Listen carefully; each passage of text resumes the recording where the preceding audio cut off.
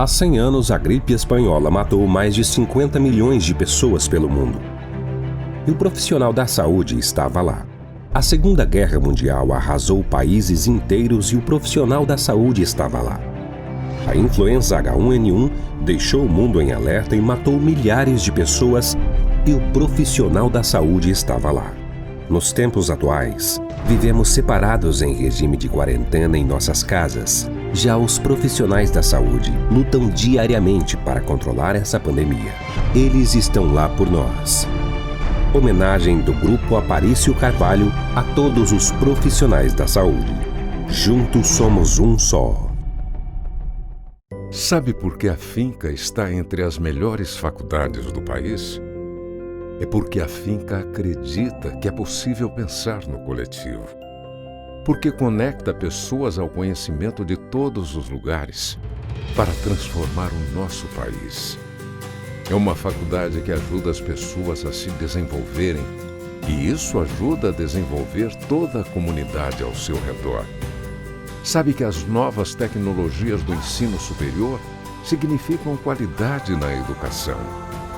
É uma instituição de ensino superior que incentiva a pesquisa e acredita que são as pessoas que fazem as melhores mudanças para o nosso mundo. Essa é a Finca, uma faculdade que pela segunda vez é nota máxima na avaliação do MEC. Finca, orgulho de ser nota máxima no MEC. Nossa vocação é de sempre seguir adiante, ir em frente, chegar mais longe. Não importa o momento e nem mesmo as circunstâncias, é necessário seguirmos em frente. Estamos atravessando um dos maiores desafios humanitários da nossa geração. E não é por isso que vamos parar e nem mesmo recuar. Diminuímos nosso atendimento presencial, mas não paramos o nosso trabalho de formação acadêmica e profissional. Nossas equipes pedagógicas e técnicas se colocam diariamente à disposição de nossos acadêmicos para tirar qualquer dúvida. Também disponibilizamos conteúdos de qualidade através de nossos ambientes virtuais de aprendizagens. Apesar das dificuldades e da distância, continuamos juntos, com o mesmo propósito de sempre: transformar o seu maior sonho em realidade. Grupo Aparício Carvalho. Soluções educacionais que aproximam.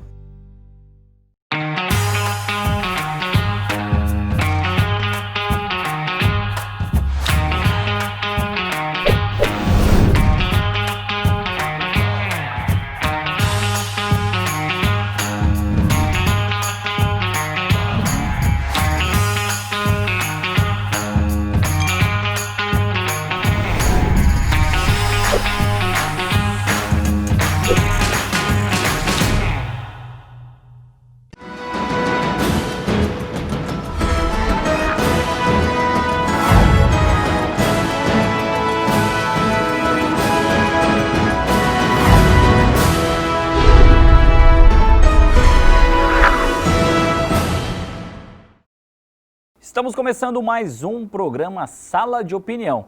Desde já agradecendo pela sua audiência, muito obrigado por estar conosco aqui em mais um programa. Hoje, como sempre, trazemos mais um assunto importante para ser debatido aqui no nosso programa. Vamos falar sobre a consciência negra, a desigualdade, um assunto que volta e meia é debatido na nossa sociedade. E hoje eu recebo aqui no nosso programa para conversar, bater um papo comigo, Ana Paula Marques, que é graduanda em Direito. Ana Paula, seja muito bem-vinda ao nosso programa, é um prazer recebê-la hoje aqui. Obrigada, igualmente. É um prazer estar aqui com vocês. É uma temática muito relevante atualmente, né? E a gente sempre precisa estar trazendo luz a isso, então, muito obrigada. Imagina, eu que agradeço novamente pela sua presença. E como eu falei, a gente vai falar um pouquinho sobre a questão da consciência negra, a desigualdade, o preconceito. Temas que a gente vê, Ana Paula, que na internet, na própria televisão, a mídia mesmo, às vezes fala, mas não existe mais preconceito no Brasil, não existe desigualdade. E a gente sabe que existe, né? Isso ainda é uma verdade, é uma realidade no nosso meio ainda, né, Ana Paula? Sim, o racismo, o preconceito, ele é tipo um câncer social, né? E essa negação de que existe é o que tem trazido a gente até aqui, sabe? Milhares de pessoas negras sendo dizimadas todos os dias, tendo acessos negados a direitos básicos, é justamente por causa dessa negação. E é por isso que a gente precisa estar todo o tempo reiterando, olha, existe racismo, existe preconceito, e se você não sente na pele, eu sinto, sabe? Exatamente. E eu acho que essa é uma questão, eu acredito, de algumas pessoas falarem isso. Porque não tem racismo, porque não tem preconceito. Talvez seja porque, de fato, essas pessoas não sintam na pele o que é a dor de um preconceito, de um racismo. E eu acho que, é como você falou, eu acho que começa por aí, né?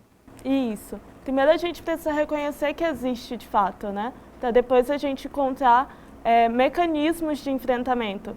E aí, se as pessoas negam que isso existe, onde é que eu fico? Num lugar à margem, sabe? Sempre buscando um lugar aí ao sol, falando, poxa, eu quero ter acesso a algo e estão me impedindo porque eles estão negando a minha condição racial. É aquilo que a gente chama de mito da democracia racial.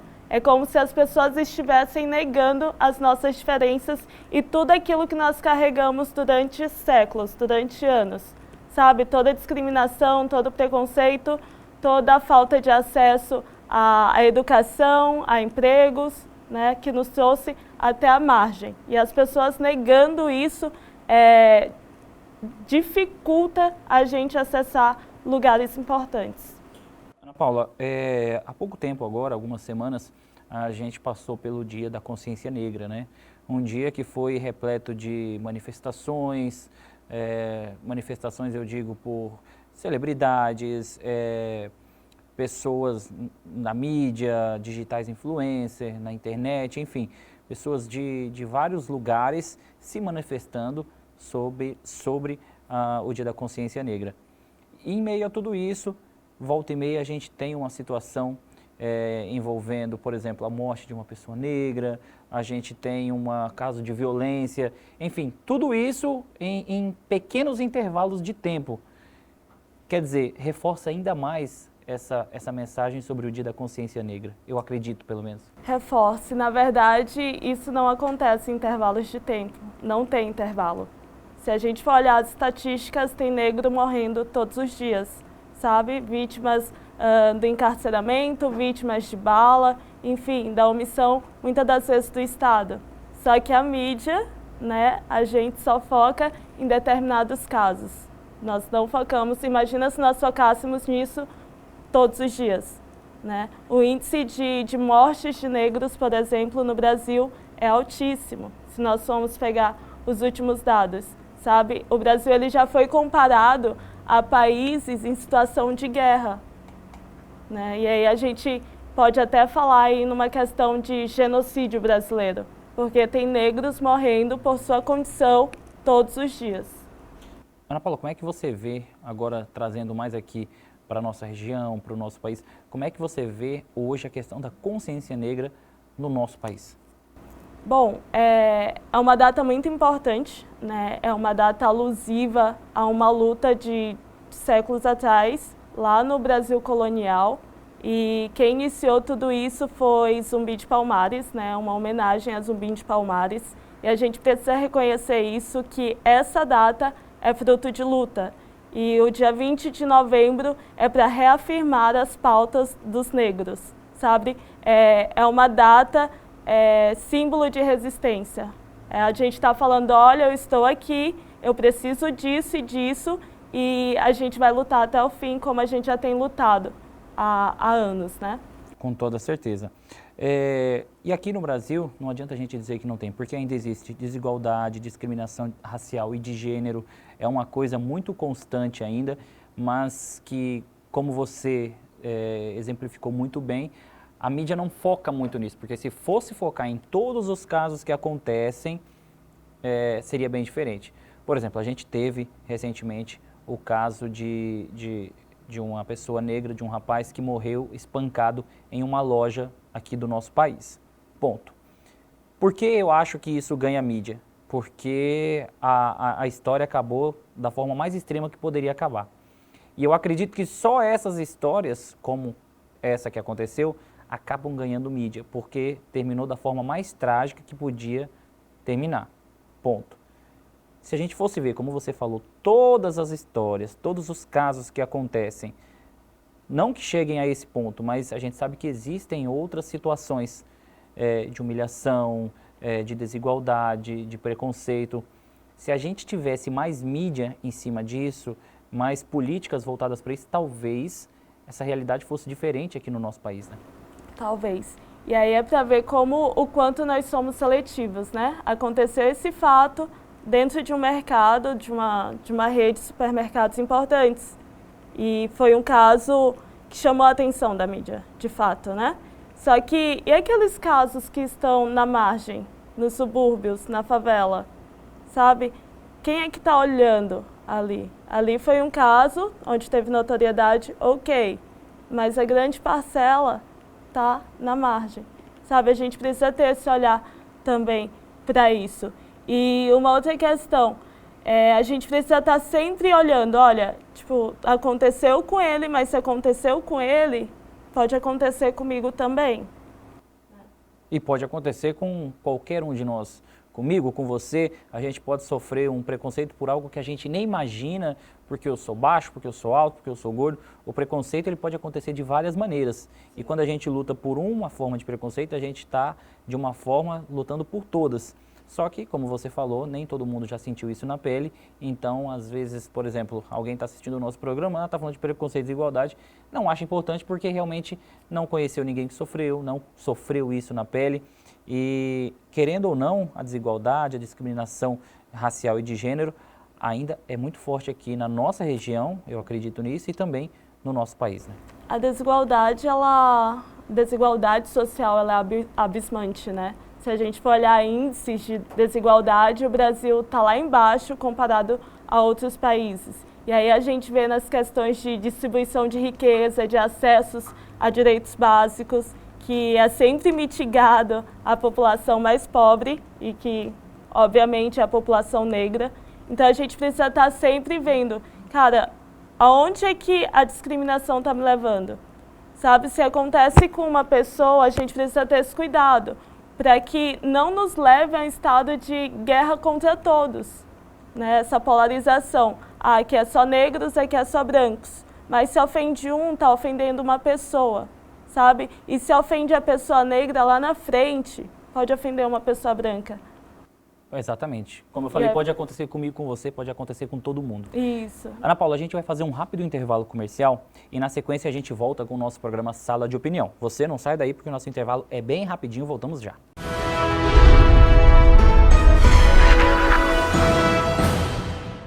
Sabe por que a Finca está entre as melhores faculdades do país?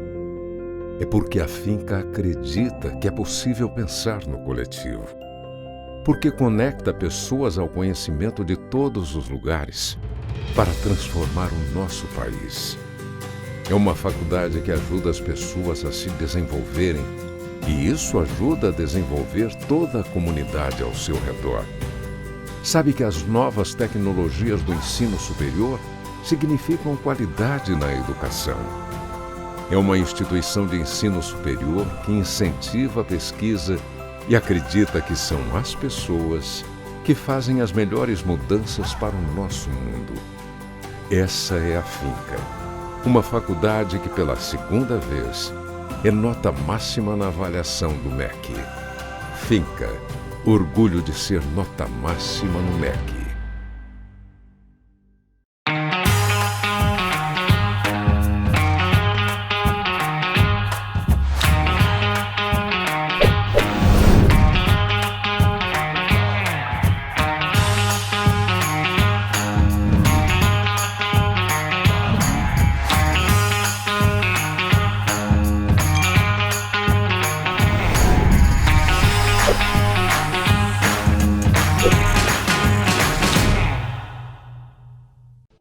Há 100 anos, a gripe espanhola matou mais de 50 milhões de pessoas pelo mundo.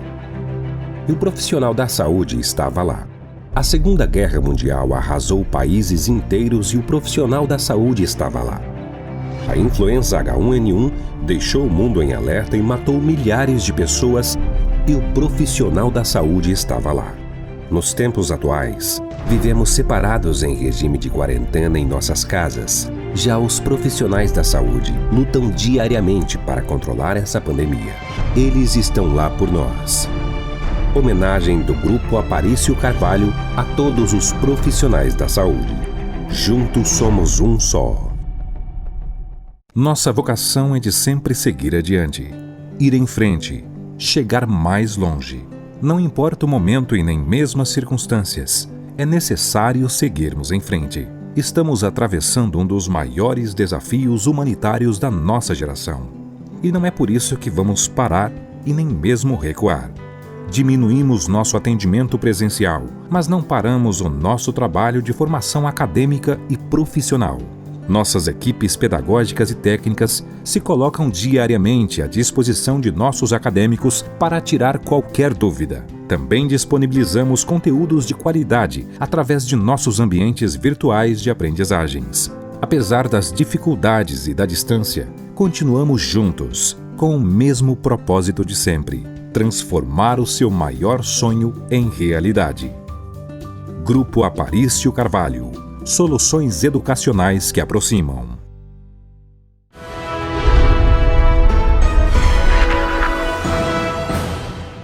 Muito bem, estamos de volta com o nosso programa Sala de Opinião e você continuando ligado com a gente aqui no nosso programa. Muito obrigado pela sua audiência, continue com a gente. Aqui hoje eu estou recebendo Ana Paula Marques, que é graduanda em Direito. Está fazendo o 9º período de Direito, né, Ana Paula? Isso, Está gostando do curso? O que você está achando até nesse... Está terminando praticamente, né? O que você está achando do curso de Direito? Direito era a minha primeira opção e agora chegou ao final do curso e eu vi que era aquilo que realmente queria. Eu já não me vejo mais sem o direito, sabe? Foi uma paixão assim que eu fui adquirindo durante o curso, porque eu vi o direito como um instrumento de justiça. Às vezes a gente tem aquela questão de justiça algo meio abstrato e tal, mas quando a gente vai para a prática e vê que uma ação nossa pode somar de forma positiva na vida de alguém, isso é muito significante. E poder utilizar o direito para isso é importante assim para mim. A gente tá falando hoje, para você que sintonizou agora e está nos assistindo, estamos falando hoje sobre a consciência negra, a desigualdade social, a discriminação racial e de gênero. Isso a gente já falou um pouquinho no nosso primeiro bloco. Mas você, Ana Paula, que estuda Direito, já está no 9º período, vocês acabam vendo um pouquinho sobre isso, sobre a questão da desigualdade, o preconceito, no direito também, não é verdade? A gente vê. A gente tem algumas matérias logo no início da faculdade que a gente consegue olhar um pouquinho para isso. E como é que, o que é passado no direito para vocês, acadêmicos, em relação à questão de preconceito, em relação à questão de casos judiciais, o que é de fato passado para vocês? Eu acredito que a faculdade de Direito ainda está muito aquém daquilo que a gente deveria ter no aspecto quanto a racismo, a desigualdade, enfim. Mas a gente consegue ver alguns aspectos sociais que levam a isso, né? Por exemplo, em ciência política a gente consegue ver um pouquinho ali, algumas matérias específicas também que a gente tem, né? Então a gente consegue ver um pouquinho. Direito penal a gente também vê por causa da a lei específica, né? E aí em direito penal a gente consegue ver um pouquinho também em razão da lei, né, que instituiu o racismo, enfim, e é isso. Muito bem. Ana Paula, hoje como que você vê que acontece o racismo institucional? Você acha que ele acontece ainda? Acontece, eu acho que é muito fácil de ver. A gente só precisa olhar para as nossas instituições. Quem é as pessoas que estão ali nas instituições, sabe, nos cargos mais importantes? Eu estudo num lugar onde a maioria dos meus professores são brancos. Eu tive durante toda a minha graduação, e aí eu já estou no último ano, 3 professores negros. E aí se a gente fizer um recorte de gênero, eu não tive nenhuma professora negra. E aí a gente já começa a ver, poxa, o que está por trás disso? Por que eu não tenho uma professora negra? Por que a universidade ela não é mais diversa? Por que ela não é mais colorida, né? Por que não tem pessoas de cor assumindo posições estratégicas de poder? E aí a gente vê isso em todas as instituições, sabe? Não só nas públicas, mas nas privadas também, quando alguém mitiga o direito de uma pessoa a ter um processo de seleção justo para um cargo, para um emprego. né? Quando às vezes a gente vai lá, leva o currículo com foto e eles já descartam só por ver a foto da pessoa negra ali, sem considerar às vezes o histórico, a formação, enfim. Na sua opinião, Ana Paula, o que você acha que deve ser feito para a gente combater esse problema? Eu gosto muito, tem um professor, ele é um professor da Mackenzie, jurista, chamado Silvio de Almeida, e ele menciona o racismo como algo estrutural, sabe? É basilar, está entranhado na gente e nas instituições. Então a gente precisa ter esse processo de consciência mesmo. Poxa, o que está acontecendo? Por que tem pessoas mais brancas do que negras aqui? A gente precisa identificar o que levou a isso e tomar consciência do que eu posso fazer daqui para frente.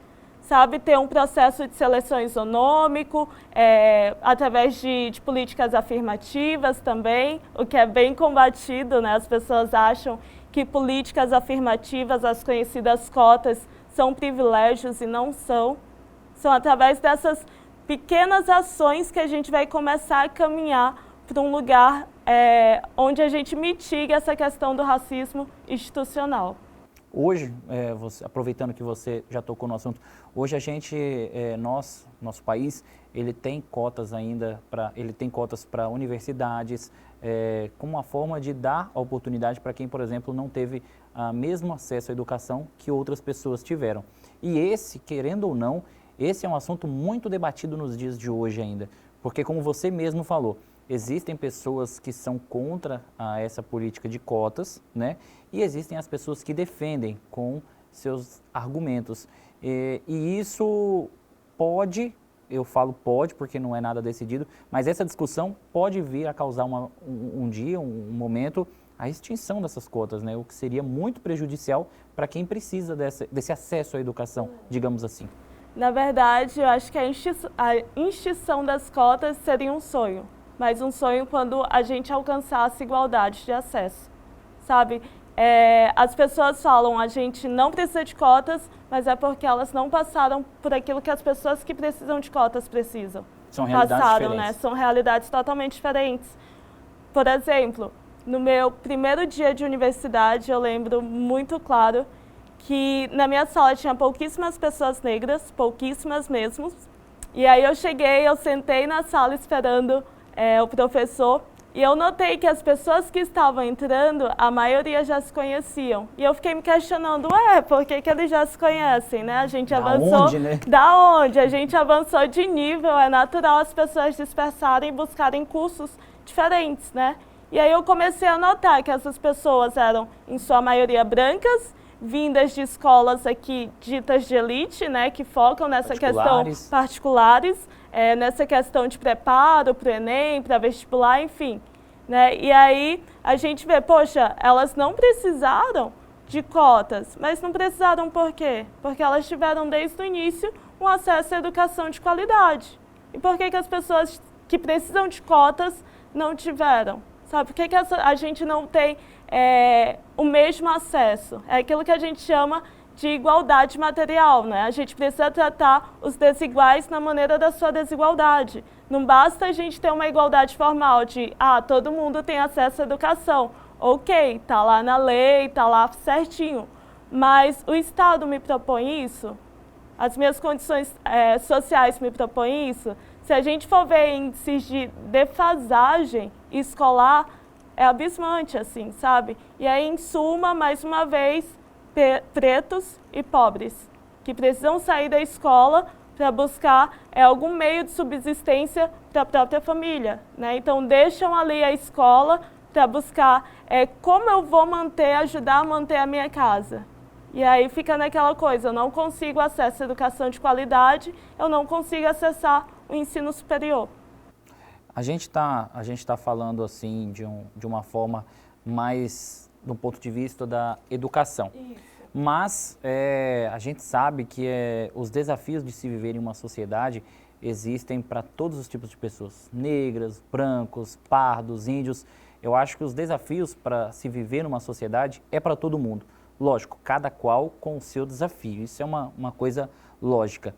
Mas no seu ponto de vista, Ana Paula, tirando a parte da educação, vamos trazer um pouco mais para a vivência, como que você vê os principais desafios para uma pessoa negra viver em sociedade? O que a desafia mais hoje, digamos assim?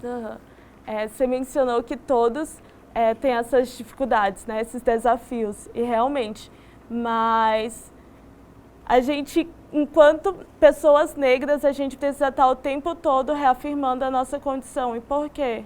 Sabe? Por que as pessoas brancas, por exemplo, não fazem isso? Porque já é o padrão delas, né? E aí, através dessas reafirmações, de precisar reafirmar, a gente vê, poxa, eu preciso me reafirmar, de me impor para ter acesso a coisas básicas, sabe? Acesso, por exemplo, a um transporte público de qualidade, que aí você vê em sua maioria também pessoas pobres e pretas que acessam, porque elas não têm acesso a um transporte público de qualidade, sabe? Precisam sair 5, 6 horas da manhã para entrar no trabalho às 6. E dentre outras, né? Tipo, não precisa, por exemplo, precisam, por exemplo, tomar cuidado consigo quando estão... Todo mundo precisa tomar cuidado consigo quando estão na rua, né? Mas tem pessoas que saem de casa e não sabem se vão voltar. Exato. E aí a gente vê, mais uma vez, pessoas negras, sabe? Tipo, correm situações de risco simplesmente pelo fato de ser negro. Entendeu? Essa discriminação. Poxa, eu não sei se eu vou voltar vivo para minha casa.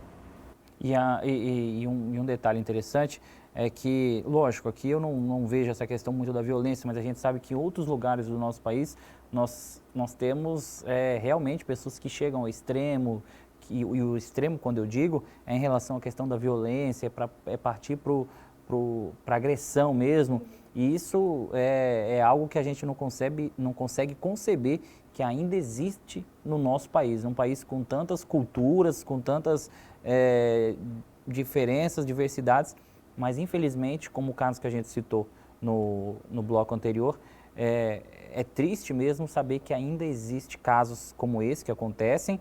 A gente sabe que acontece muito mais do que a mídia noticia, mas é muito triste a gente saber que existe esse extremismo até hoje, né? Sim, e aqui realmente acho que no estado de Rondônia a gente não vê muito, né?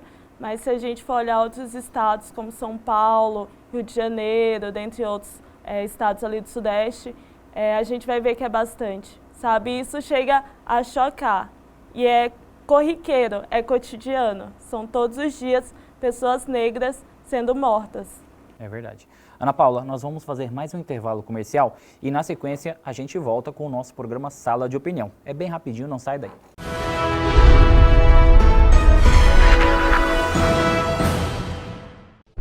Há 100 anos, a gripe espanhola matou mais de 50 milhões de pessoas pelo mundo. E o profissional da saúde estava lá.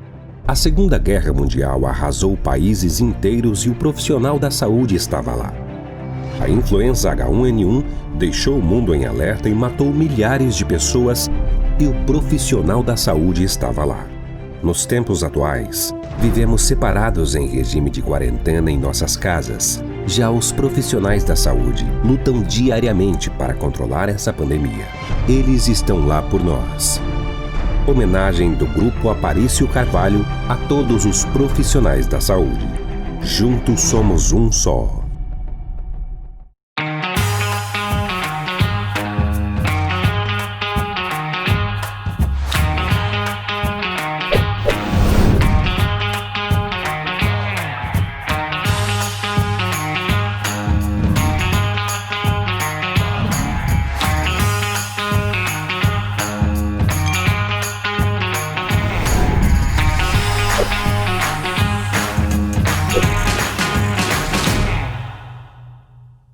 Sabe por que a Finca está entre as melhores faculdades do país? É porque a Finca acredita que é possível pensar no coletivo. Porque conecta pessoas ao conhecimento de todos os lugares para transformar o nosso país. É uma faculdade que ajuda as pessoas a se desenvolverem e isso ajuda a desenvolver toda a comunidade ao seu redor. Sabe que as novas tecnologias do ensino superior significam qualidade na educação. É uma instituição de ensino superior que incentiva a pesquisa e acredita que são as pessoas que fazem as melhores mudanças para o nosso mundo. Essa é a Finca, uma faculdade que pela segunda vez é nota máxima na avaliação do MEC.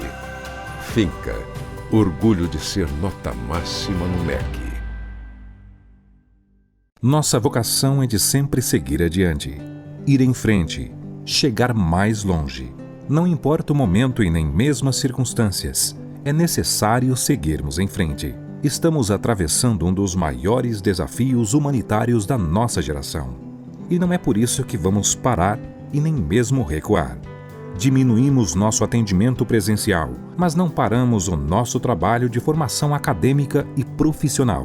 Nossas equipes pedagógicas e técnicas se colocam diariamente à disposição de nossos acadêmicos para tirar qualquer dúvida. Também disponibilizamos conteúdos de qualidade através de nossos ambientes virtuais de aprendizagens. Apesar das dificuldades e da distância, continuamos juntos, com o mesmo propósito de sempre: transformar o seu maior sonho em realidade. Grupo Aparício Carvalho. Soluções educacionais que aproximam.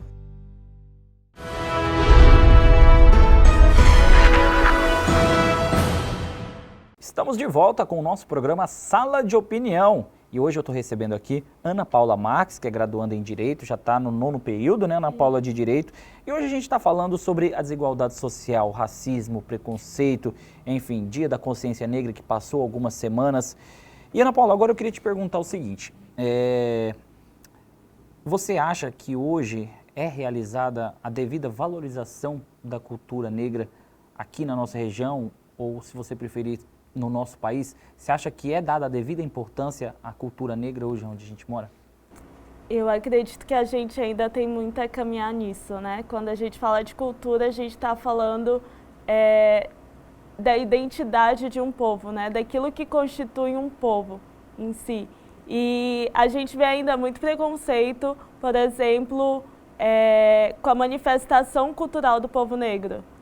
Por exemplo, as religiões de matrizes africanas. A gente vê que o pessoal tem muito preconceito quanto o candomblé, a umbanda, né? Por exemplo, a macumba também. Não sei se vocês já ouviram falar aquela expressão chuta que é macumba, como se fosse algo negativo. Né? Para alguns, ok, pode ser negativo, mas para outros é o quê? Cultural, é dele, entendeu? Religioso, é religioso, entendeu? Então a gente vê que ainda tem muito a caminhar nisso e a respeitar, né? Ok, eu não me identifico com essa religião, né? Eu não gosto dessa manifestação de religião, mas eu respeito o espaço do outro para se manifestar como quiser, como tal.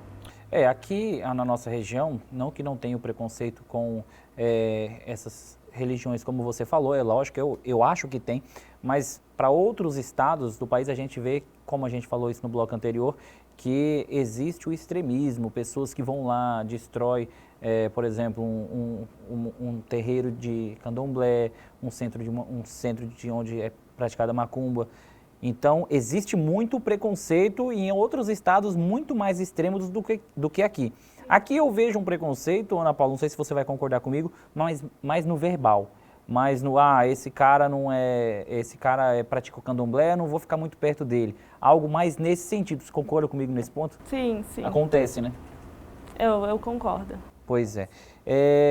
Bom, a valorização da cultura negra, a gente tocou no assunto da religião, mas é lógico que existem outros tipos também, outros aspectos, e que também não são dados a devida valorização. Sim. Por exemplo, a gente vê aí, as pessoas gostam muito de samba, né, pagode, enfim, tudo veio que é da cultura negra. E aí, às vezes, a gente não dá a devida valorização para isso também. Tipo, alimento, comida, a culinária em si, né? A gente ama o que é vatapá, mas às vezes a gente nem sabe de onde veio o vatapá, a origem, por que existe, né? E aí a gente precisa ver o quê? A gênese das coisas, o início das coisas para a gente dar a real valorização, né? Quem construiu isso daqui foram os negros. Por que eu não valorizo isso? Não dou a real valorização para isso, sabe? Às vezes a gente usa, usufrui, não sabe de onde veio e não dá o devido valor, o devido crédito. É verdade. Como a gente também já falou, em meio a tudo isso que a gente está vivendo, aconteceram, por exemplo, protestos, onde jogadores de basquete, celebridades, enfim, se juntaram em uma só voz em protestos onde muitos diziam vidas pretas importam. Como é que você viu, Ana Paula, esses protestos, a passagem do Dia da Consciência Negra, porque os protestos e o Dia da Consciência Negra aconteceu meio de tudo de uma vez. Como é que você viu tudo isso acontecendo? Os Vidas Negras Importam é um movimento político, né? Surgiu lá em 2013 nos Estados Unidos, e aí a gente viu essa ênfase no Brasil com o caso do George Floyd, né? O pessoal levantando hashtag, enfim. E aí a mídia foi muito em cima disso. Foi muito em cima. A gente teve até um caso semelhante no Brasil assim, né? E aí esses movimentos eles são importantes para reafirmar a nossa condição. Olha, pessoas estão morrendo todos os dias pela sua condição racial, sabe? A gente precisa estar... muitas pessoas, a gente vê aí na internet, muitas pessoas colocando todas as vidas importam. Realmente, todas as vidas importam. Mas quem é que está morrendo, de fato, sabe? E aí esses ataques de, todas as vidas importam, a gente vê mais, a leitura que a gente faz é como se fosse algo para deslegitimar os nossos movimentos, as nossas reivindicações, sabe? A gente só não quer sair na rua e ter aquela preocupação se eu vou voltar para casa ou não vivo. É isso. Sabe, a gente está dizendo, olha, estão dizimando pessoas negras o tempo inteiro e a gente quer que cesse, sabe? Com certeza. Você falou um ponto interessante que eu acabei lembrando que acho legal a gente trazer à tona também. Você falou em relação à questão da internet. A internet, ela já foi uma terra sem lei, já foi. Eu acredito que ainda é um pouco.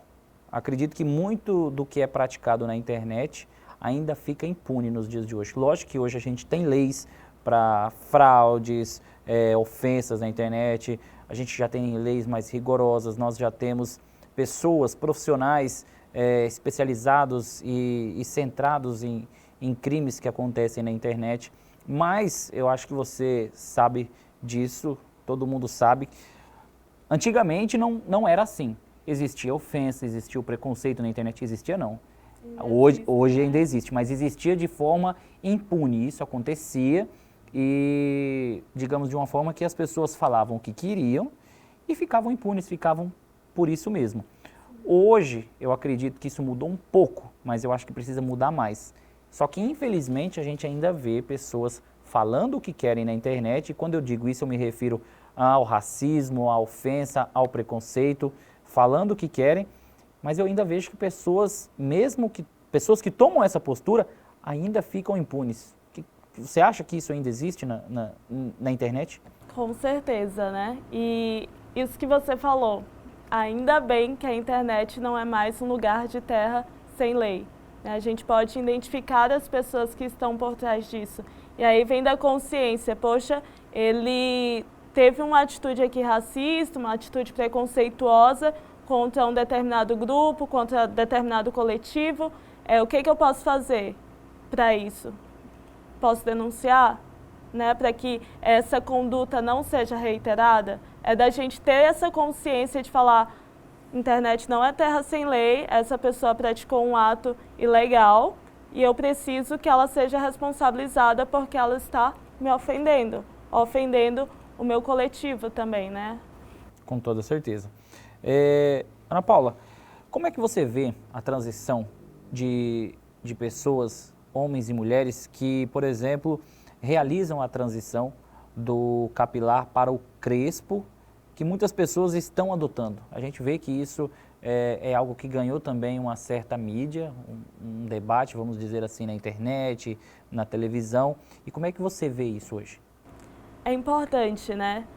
Antigamente a gente tinha aquela ideia de que cabelo bom é cabelo liso. É verdade. E aí negando a nossa própria identidade. Isso. Eu acho que essa questão da transição, de eu poder usar o meu cabelo de forma natural, vem dessa questão de identidade, de eu entender quem eu sou, da onde eu vim e reconhecer a minha individualidade, sabe? Reconhecer a minha estrutura física, como é o meu cabelo, reafirmar isso também. E aí eu acho que isso vem de movimentos sociais, mais uma vez, de afirmar, olha, eu tenho tanto valor quanto a outra pessoa, sabe? O meu cabelo, ele não me diferencia da outra pessoa em termos de igualdade. Por exemplo, eu não sou melhor ou pior porque o meu cabelo não é igual ao do outro. Entendeu? É reconhecer a nossa peculiaridade, reconhecer o formato do nosso cabelo como tal. Acho que isso foi importante, sabe? Esses movimentos de reafirmar a nossa identidade. É verdade. Quem fez uma postagem recente, eu não vou lembrar agora o nome dela, cantora, eu não vou lembrar, mas eu vi uma cantora famosa que fez essa transição do cabelo para o crespo. E aí, aonde que eu vejo que é importante, porque assim, muitas pessoas seguem a cantora. E quando eu falo pessoas, eu falo de meninas novas, que talvez ainda não tiveram acesso a essa política, não tiveram acesso a uma conversa. E aí vem uma... Eu queria lembrar o nome da cantora agora. Não é Anitta, é... Ludmilla. A Ludmilla. Lembrei. Eu sabia que eu ia lembrar.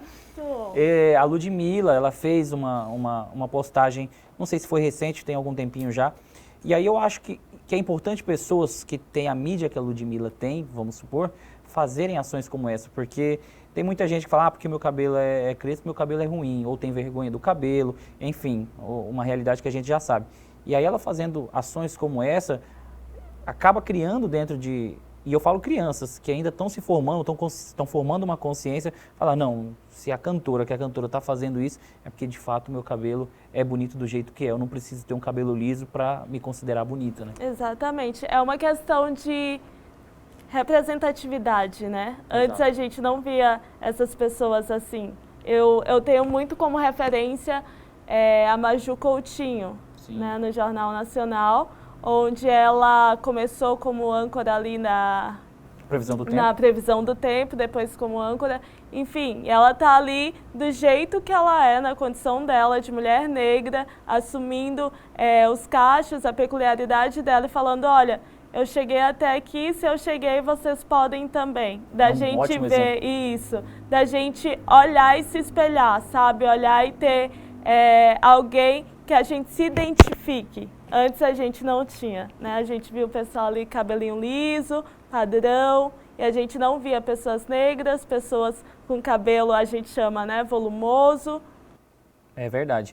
E que isso aconteça cada vez mais, né? Torcemos para isso, né? Isso. É um sonho, né? Talvez seja até uma utopia, mas eu ainda acredito que a gente pode caminhar para lugares melhores. Com toda certeza. Ana Paula, a gente vai fazer o nosso último intervalo comercial e na sequência voltamos com o nosso último bloco do programa Sala de Opinião. Não sai daí, voltamos já.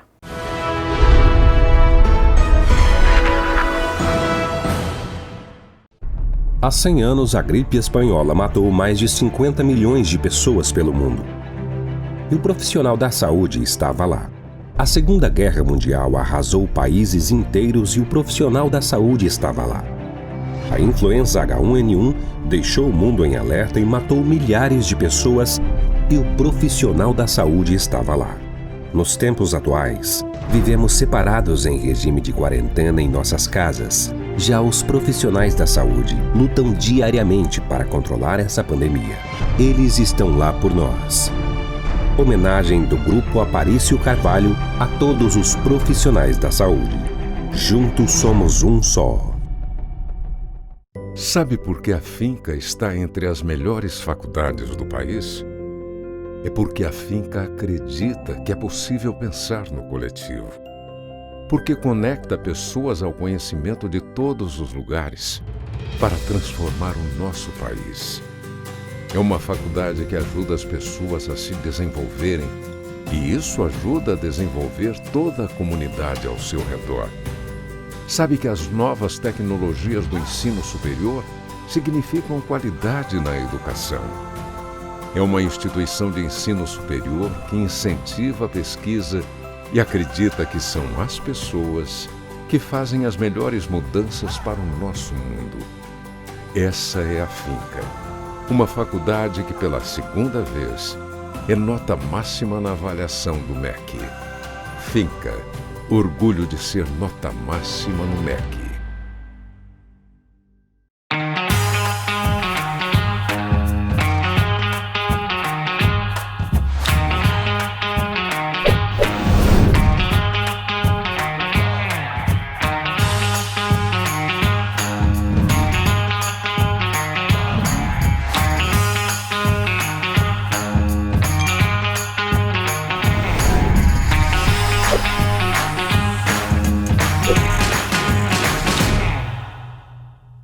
Nossa vocação é de sempre seguir adiante, ir em frente, chegar mais longe.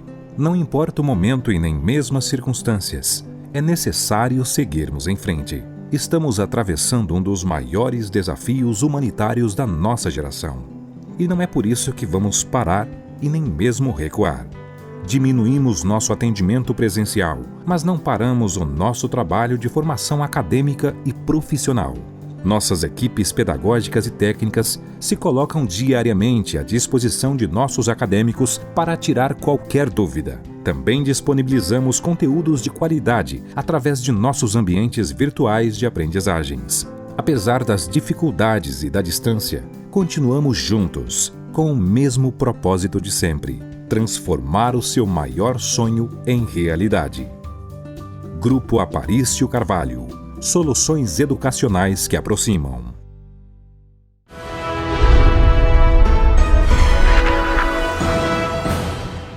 Estamos de volta com o nosso programa Sala de Opinião, para o nosso último bloco dessa roda de conversa que estou tendo hoje com a Ana Paula Marques, que é graduanda em Direito. E hoje a gente está conversando sobre o Dia da Consciência Negra, sobre o preconceito, a desigualdade social, o racismo, enfim, todos esses assuntos, a discriminação racial e por gênero, enfim, estamos trazendo um pouquinho dessa realidade, um assunto que vem sendo debatido e que tem que, de fato, ser debatido cada vez mais.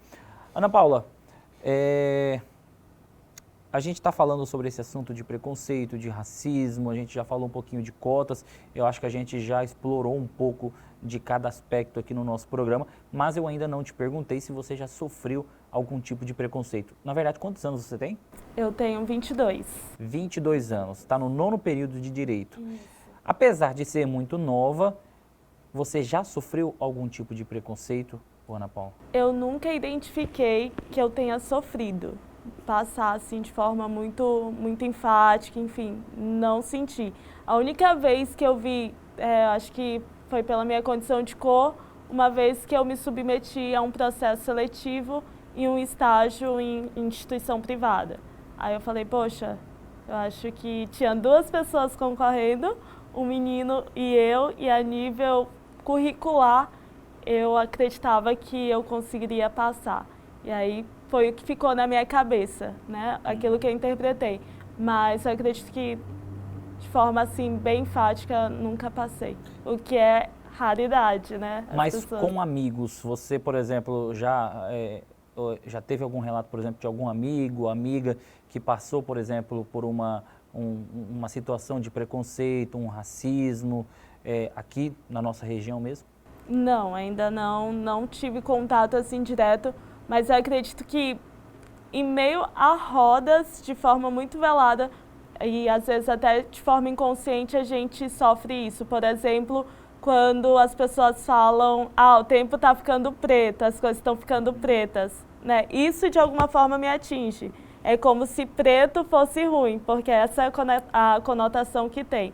Mas nunca As pessoas acabam realizando, vamos supor então, um tipo de preconceito inconscientemente, seria isso pela fala? Isso, exatamente. É algo que a gente não se questiona e reproduz ao longo dos anos. É que nem eu falei, aquela questão do chuta que é macumba. Às vezes a gente nem sabe o que isso está significando, mas a gente reproduz, né? E a outra questão que eu falei também, a coisa está ficando preta. A gente nunca se questiona, a gente vai reproduzindo. E aí quando eu comecei a me questionar, eu falei, nossa, isso daqui é uma atitude racista. Trazendo aqui para a nossa realidade, para a nossa região, para o nosso estado, a gente, lógico, a gente sabe que o preconceito, o racismo, ele acontece, mas na sua visão, ele acontece mais aonde aqui, próximo a gente? De que forma? Eu acho que isso depende muito da vivência de cada um, né? Eu consigo vislumbrar isso muito nas instituições. É aquilo que a gente falou de racismo institucional, lá no início. Né? A gente vê que as instituições ainda, em sua maioria, pessoas brancas, né? Enfim. Com certeza. Na sua visão, Ana Paula, hoje é preciso combater o racismo ou os racistas? Acho que eu vou ser bem... Boa essa pergunta aí, né? Muito boa. Acho que eu vou ser um pouquinho criticada, mas eu sou da linha de que não se combate pessoas, se combate ideias, se combate argumentos, né? Se essa pessoa, se tem uma pessoa com atitudes racistas, eu vou trazer ela para um caminho, olha, não é bem assim, para um caminho de consciência, sabe? É aquilo que eu falei, às vezes a gente não se questiona e reproduz. Às vezes aquela pessoa não queria estar com uma atitude racista, mas ela reproduz. Então eu começo a trabalhar, a conversar ali com ela, sabe?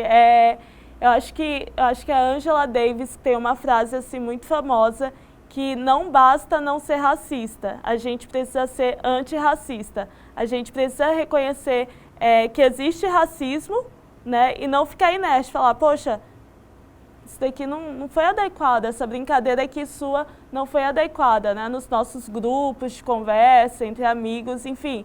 A gente indo do micro para o macro, né? Às vezes a gente não pode mudar o mundo inteiro com uma ideia, com uma opinião, mas a gente começa ali na nossa geografia. Às vezes a nossa geografia está sendo a nossa casa, às vezes meu pai, minha mãe com uma atitude racista, com uma atitude preconceituosa. Poxa mãe, poxa pai, não é assim.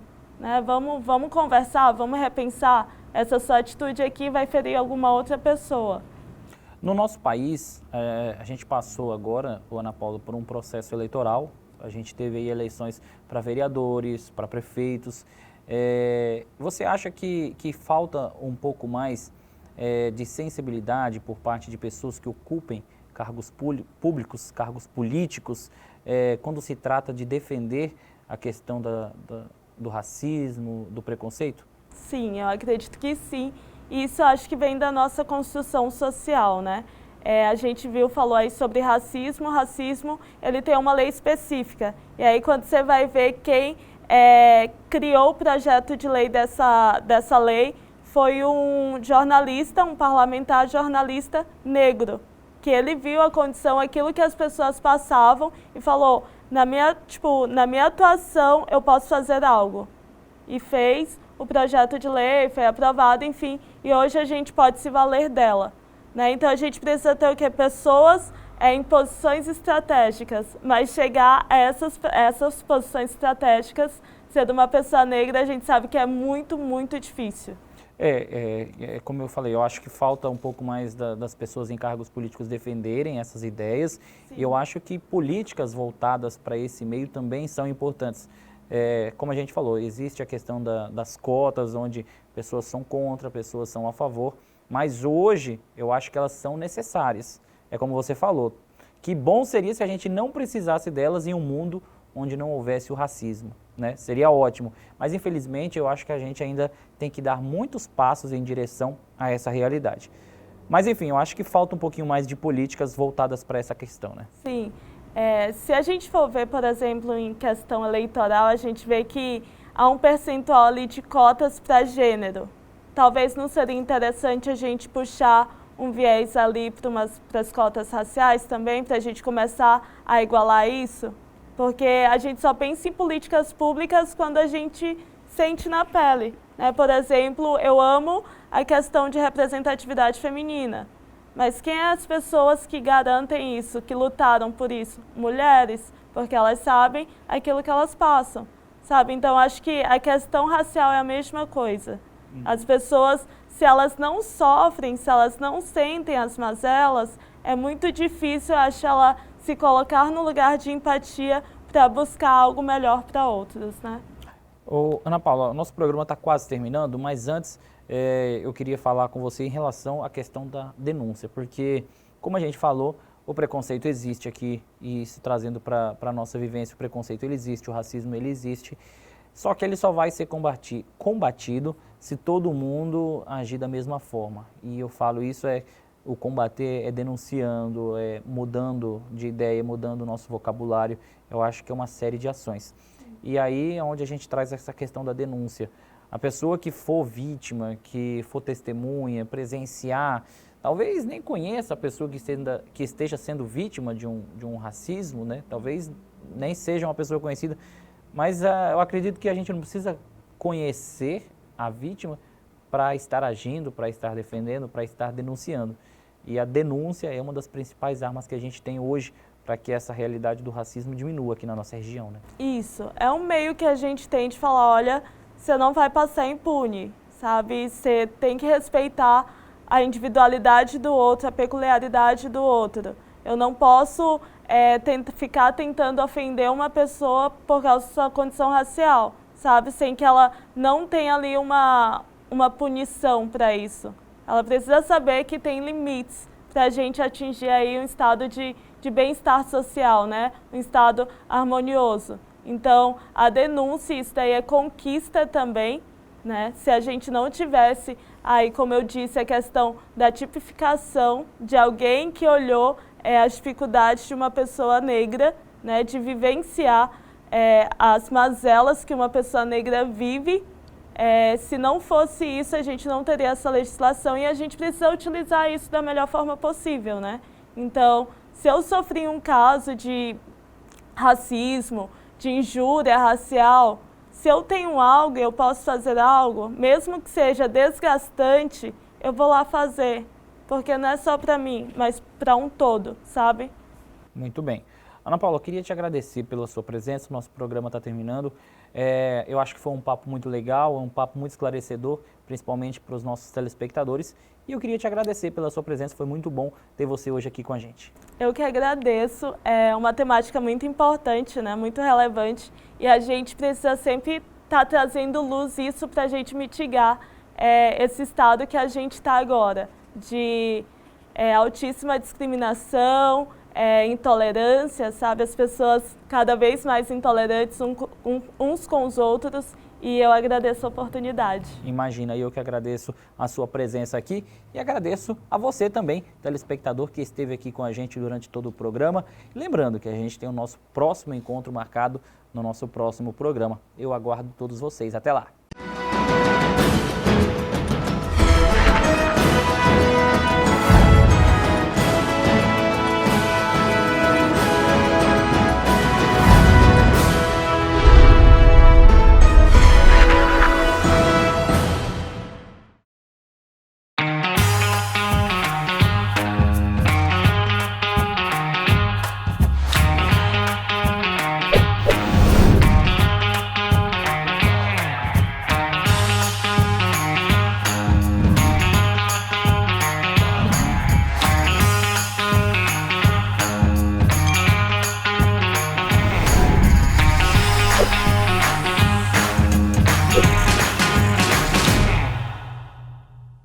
Sabe por que a Finca está entre as melhores faculdades do país?